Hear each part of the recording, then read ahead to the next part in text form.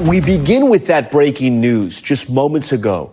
The House of Representatives passing a critical spending bill, taking one step closer to averting a government shutdown.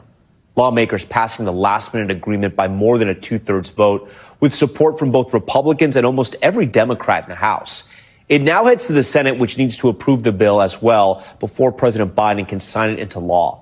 House Speaker Mike Johnson confirming to reporters the bill cleared the House with the blessing of both President-elect Trump and Elon Musk, the two men who torpedoed the original budget spending bill and were not able to push a replacement over the finish line last night.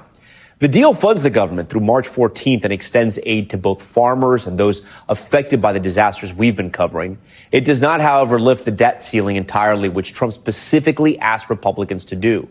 But it does ensure the essential government workers keep getting their paychecks, like the TSA agents expected to process tens of millions of travelers over the next few weeks. As the holiday travel season, that ramps up. The agreement capping off a week of bitter infighting among congressional Republicans. Ryan Noble, he's live for us tonight on Capitol Hill with the very latest. Ryan, walk through what happened tonight for our viewers.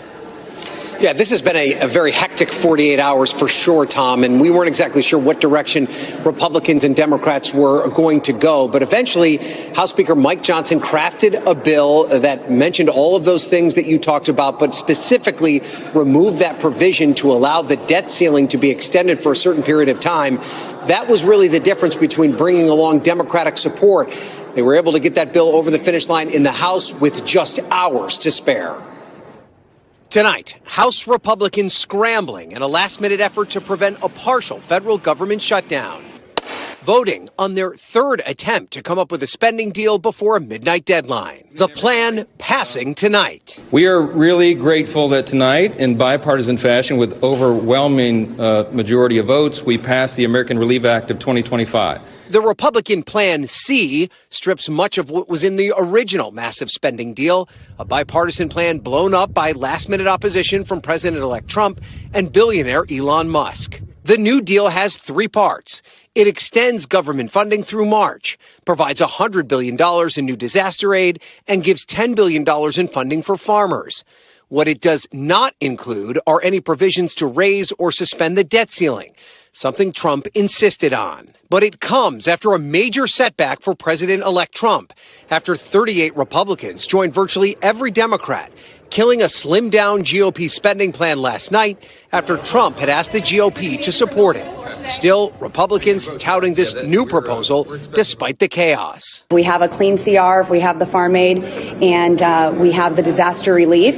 Then that shows our unity, our ability to effectively legislate. Meanwhile, NBC's Gabe Gutierrez pressing the White House. Shouldn't Americans hear from the President of the United States just hours from a shutdown?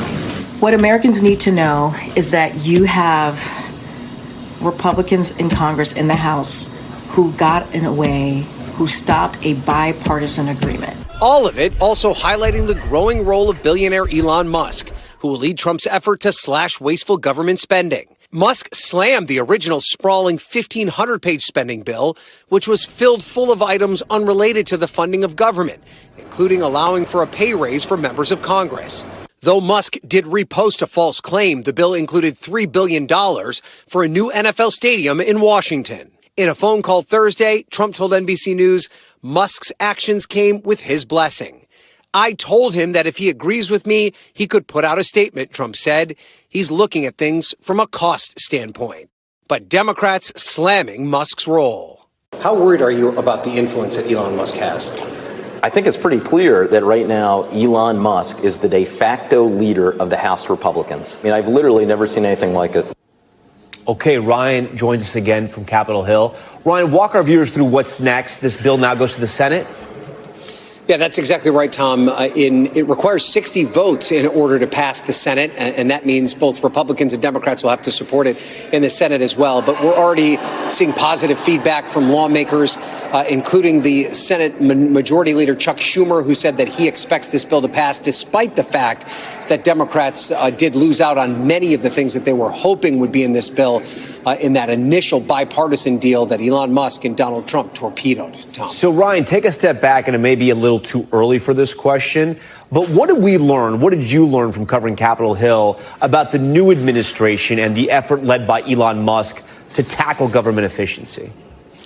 Well, I think we learned, Tom, that this could foreshadow the way this process could work from a legislative perspective once the new administration takes office. And one of the things I think many of us on Capitol Hill are going to be doing is that every time a new piece of legislation comes out, we're going to be heading to X, the platform owned by Elon Musk, to see what his reaction is to this legislation, because it's clear that House Republicans in particular are listening to him. And it also gives us an indication into just how much authority this new Department of Government Efficiency that Elon Musk is running with Vivek Ramaswamy. This, of course, is not a real government agency. It has no statutory power, but it's clear that Elon Musk has a direct line to Donald Trump, that the two are working in lockstep. So the recommendations from this Doge committee, as it's called, could play a very big role in how spending decisions are made in this upcoming administration. Okay, Ryan Nobles from Capitol Hill for us. Ryan, we thank you for that.